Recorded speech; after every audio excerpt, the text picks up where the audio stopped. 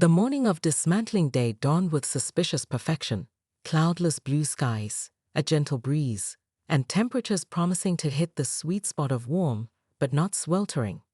Dave had skipped the HOA emergency meeting the night before, choosing instead to review pool demolition videos and make detailed lists while ignoring the flurry of text messages from various neighbors warning him about Maureen's warpath.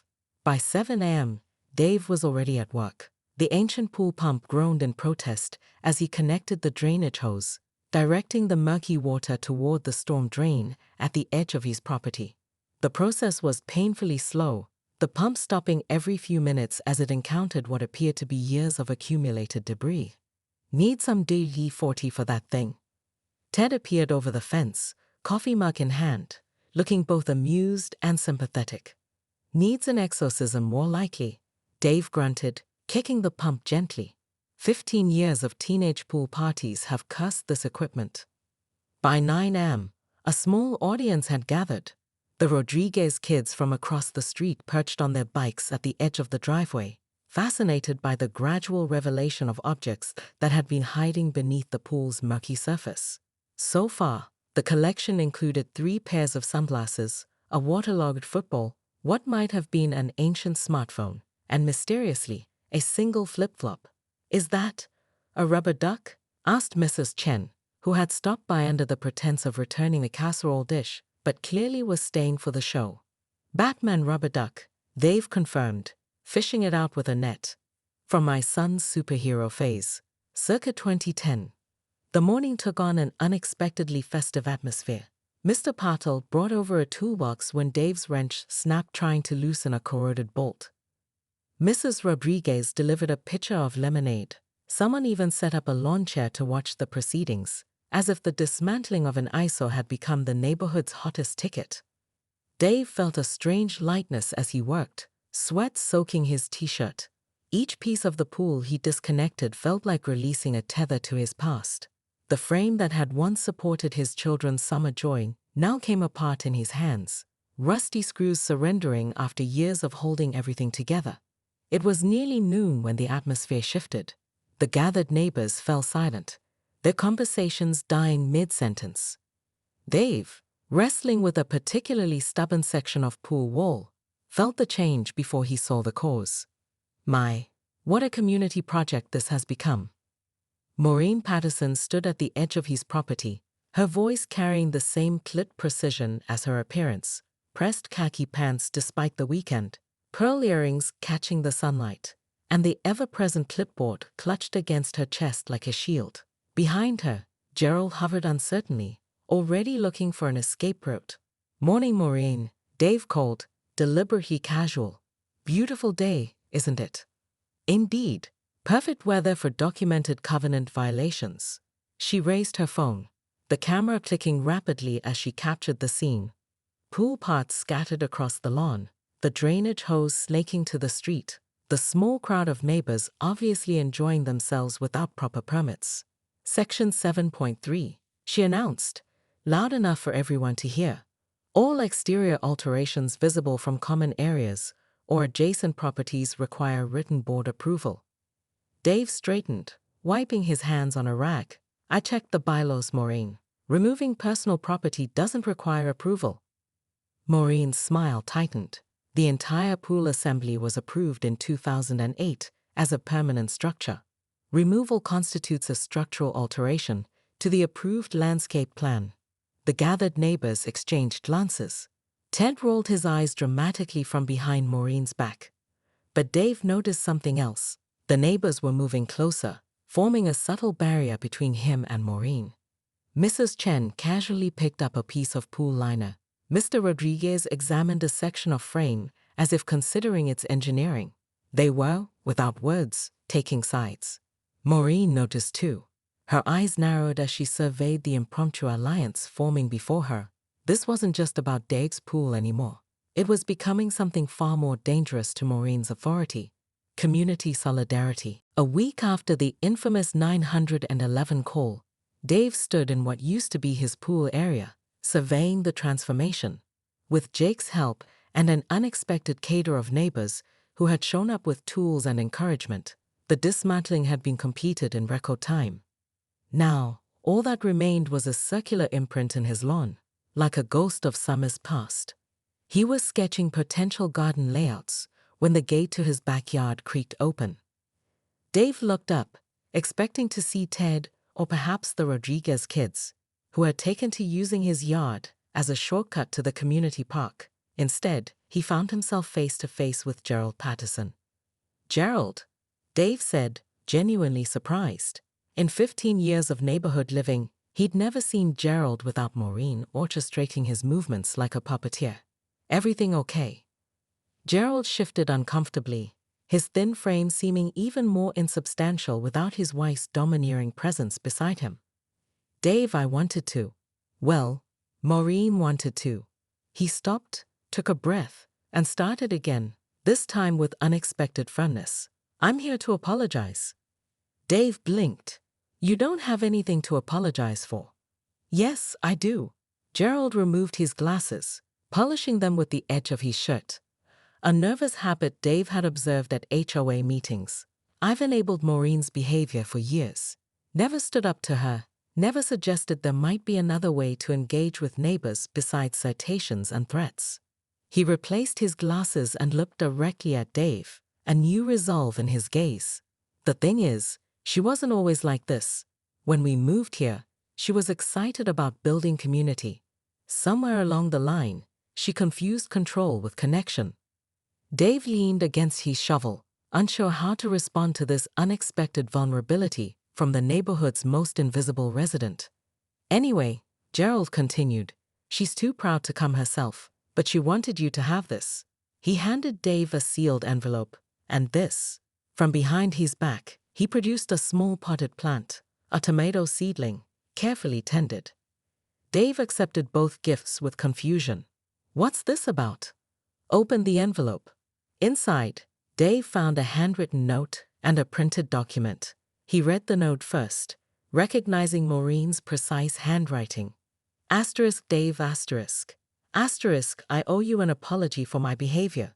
The enclosed document is a proposal for revised HOA guidelines regarding property modifications that I'll be presenting at next month's meeting.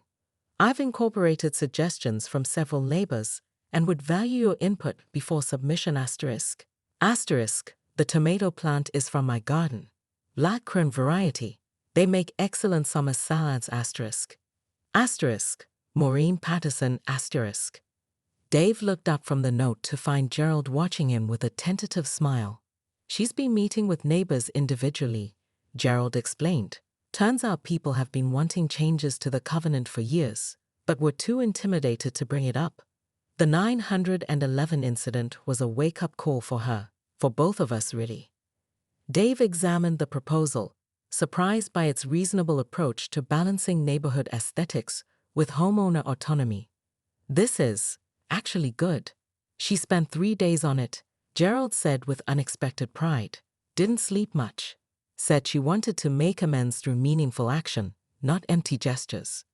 As they talked, Mr. Wu approached the fence, waving tentatively. "Dave, I heard you're putting in a garden. My wife has extra pepper seedlings if you're interested." Before Dave could respond, the Rodriguez family appeared at the gate, carrying a tray of small plants. "We brought herbs," their daughter called out. "Mom says everyone needs fresh cilantro." Within minutes, Dave's yard was filling with neighbors again, not as spectators to conflict, but as participants in creation. Mrs. Chen arrived with bamboo stakes for tomato plants. Ted brought compost from his pile. Even Jake, who had initially planned to spend his break playing video games, emerged from the house with lemonade for everyone. In the midst of this impromptu gardening committee, Dave caught Gerald's eye. The quiet man was smiling, genuinely smiling, as he knelt to help a neighborhood child plant a strawberry runner.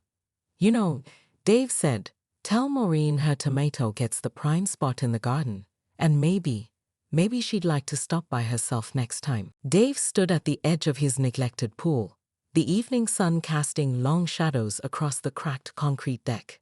The water had taken on an almost supernatural green hue, part algae, part fallen leaves, with a hint of what might have been his son's long-forgotten swimming trunks, floating near the clogged filter.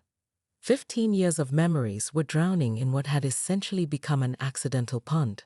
You finally thinking about doing something with this? Dave turned to find his neighbor Ted leaning against the fence, beer in hand. Ted had moved in 3 years ago, after Dave's wife had left, and had become something of a weekend friend, the kind you share tools and weather observations with, but not much else. Probably time, Dave admitted, nudging a piece of broken pool skimmer with his foot. The repair estimate came in at nearly $7,000. Might as well put in a fire pit and be done with it. Well, you've got my vote, Ted said, taking a swig of his beer. Though I'd run it by the board first. You know how Maureen gets. Dave did know. Maureen Patterson had been the self-appointed neighborhood sentinel since before he'd moved in. Legend had it she'd once measured a newcomer's grass with a ruler the day after they moved in, citation in hand. Her husband Gerald was rarely seen without her, as if he might dissolve into mist if separated from his wife's forceful personality. It's my yard, Dave said, a hint of defiance creeping into his voice.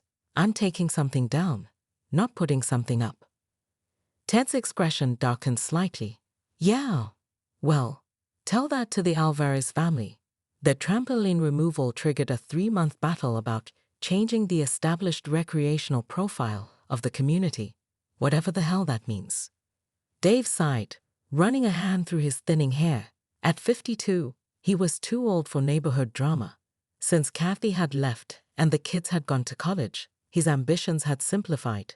Peace, quiet, and maybe a garden where he could grow vegetables that his daughter Zoe could pretend to be impressed by during her rare visits home. The divorce had been civil but emptying. The pool, once the center of birthday parties, teenage gatherings, and midnight swims with Kathy, now only reminded him of everything he'd lost. Each crack in the concrete, each tear in the liner, felt like a metaphor he didn't need daily reminders of. I'm doing it this weekend, Dave decided suddenly. Got a buddy with a truck who owes me a favor. We'll drain it, tear it down, haul it away. Bold move, Ted said with a hint of admiration. Need a hand? Might take you up on that, Dave replied, already mentally planning the dismantling. The YouTube tutorials made it look straightforward enough. Cut the liner, unscrew the frame, dismantle piece by piece. What Dave didn't see was the curtain twitching in Maureen's second-floor window, or the flash of her camera lens capturing his current code violations. Uncut grass around the pool edge. Section 4.3. Visible pool equipment. Section 7.2. And the broken patio chair he'd been meaning to fix. Section 12.8. No visible furniture in state of disrepair. As Dave headed inside to search for pool supply receipts and equipment manuals, his phone pinged with an email notification. The Sunny Pines Homeowners Association had scheduled an emergency meeting for Friday night. Topic: maintenance standards and procedural requirements for major landscape alterations. Maureen was already mobilizing her forces, and Dave hadn't even drained the first gallon of swamp water. The battle lines were being drawn while he was still searching for his metaphorical armor. Let her try, he muttered, deleting the email without reading it fully.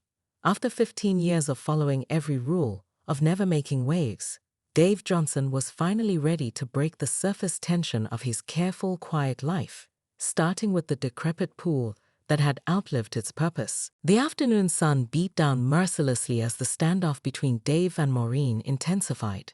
The neighbors had formed an awkward semicircle, pretending to be engaged in casual conversation while straining to catch every word exchanged between the two combatants.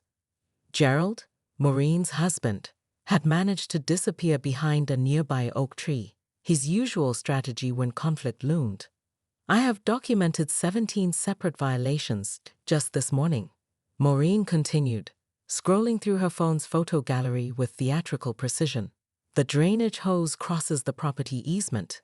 The disassembled material exceeds the allowable square footage for temporary lawn storage, and, she paused for effect, you failed to file a noise impact statement for a project of this magnitude. Dave, sweaty and exhausted from 3 hours of physical labor, felt his patience wearing dangerously thin. Maureen, there's no such thing as a noise impact statement in our covenant. I've read it cover to cover. Addendum C, passed last quarter. You would know this if you attended meetings instead of. She gestured vaguely at the pool chaos, planning insurrections. From the edge of the gathering, Ted snorted loudly. Mrs. Chen covered her mouth to hide a smile. Even Mr. Patel, normally the most diplomatic neighbor on the block, shook his head in disbelief. It's a pool removal, not a coup d'etat, Dave said, struggling to keep his voice level. And I'm doing the neighborhood a favor. Everyone's been complaining about mosquitoes breeding in it. Complaints should be filed through proper channels, Maureen sniffed, not addressed through vigilant home improvement. The confrontation might have continued its trajectory of passive-aggressive sniping if not for the unexpected arrival of a battered Honda Civic that pulled into Dave's driveway, music blasting at window-rattling volume. The car door opened, and out stepped Dave's son Jake, home 4 days early from his sophomore year at State, sporting a new tattoo and the confident swagger of a college student on summer break. "Dad," Jake called out, oblivious to the tension in the yard. "You started without me. I told you I'd help tear down this monstrosity."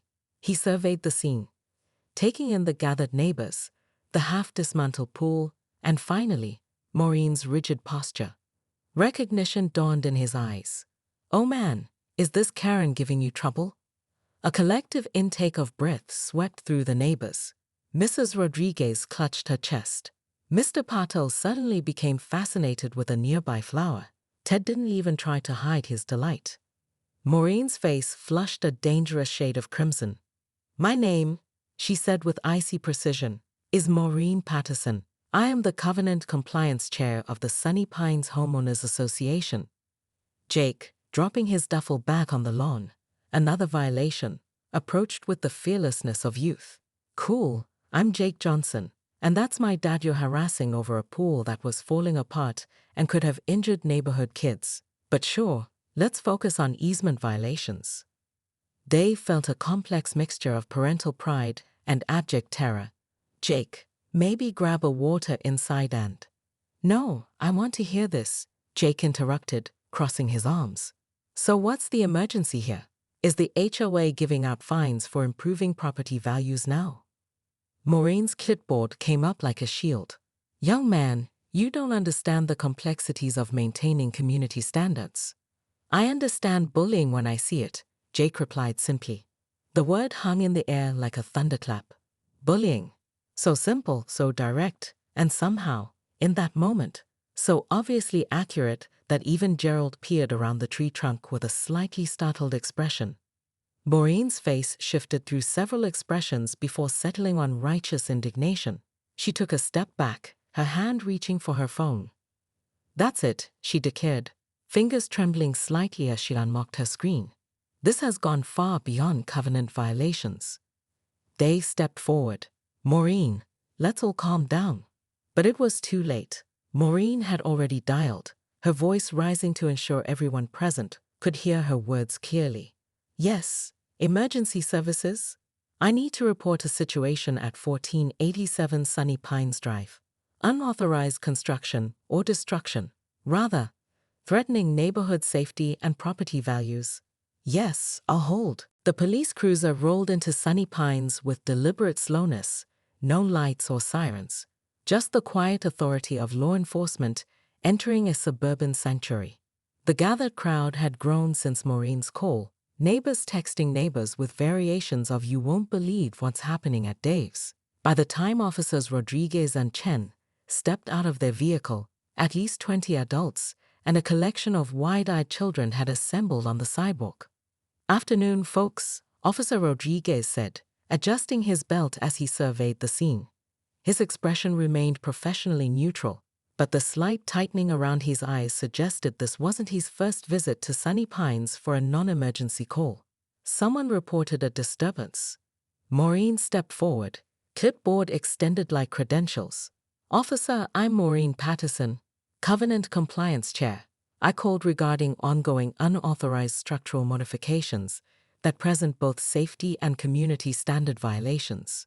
Officer Chen scanned the yard, taking in the half-dismantled pool, the scattered tools, and Dave standing with muddy jeans and a bewildered expression. "Ma'am, could you specify the emergency? He's removing a permanent structure without permits." Maureen thrust her phone forward, displaying photos she'd taken as evidence. Section 7, Paragraph 3. Of the Sunny Pines HOA Covenant, Officer Rodriguez finished with a sigh. "Mrs. Patterson, we've had this conversation before. HOA regulations are not criminal statutes. They're civil matters." "But he's devaluing properties," Maureen insisted, her voice rising an octave. "And his son verbally assaulted me." Jake, who had been leaning against the fence with theatrical boredom, straightened.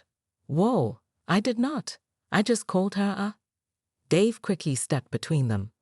"Officers, I'm just removing my old pool. It's become a safety hazard, and I checked county regulations. No permits required for removing an above-ground pool." Officer Chen nodded, pulling out a small notebook. "Mr. Johnson, Dave Johnson. Mr. Johnson, you're correct about county regulations. Above-ground pools don't require demolition permits." She made a brief note, then turned back to Maureen. "Mrs. Patterson, this appears to be a matter for your HOA to handle internally. But this is the 4th time this month," Rodriguez began, before catching himself. He cleared his throat. "Mrs. Patterson, we need to discuss appropriate use of emergency services." The crowd of neighbors had grown silent, absorbing the implication. 4th time this month. Maureen's 911 calls weren't a one-time overreaction, they were a pattern. Mrs. Rodriguez stepped forward from the crowd. "Officers, she called last week when my son's birthday piñata pieces blew into her yard, called it malicious littering. And when the Thompsons' moving truck was parked overnight," added Mr. Wu. "Don't forget the Great Garden Gnome Crisis of 2023, Ted called out, triggering a wave of nervous laughter. Officer Chen's expression remained impassive, but she exchanged a significant look with her partner.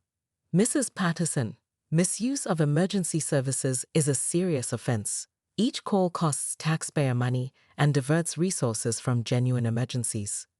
But, Maureen sputtered, her indignation collapsing under the weight of collective scrutiny. "In most jurisdictions," Officer Rodriguez continued gently but firmly, "repeated non-emergency calls can result in fines up to $500 per incident." The color drained from Maureen's face. $500? She whispered.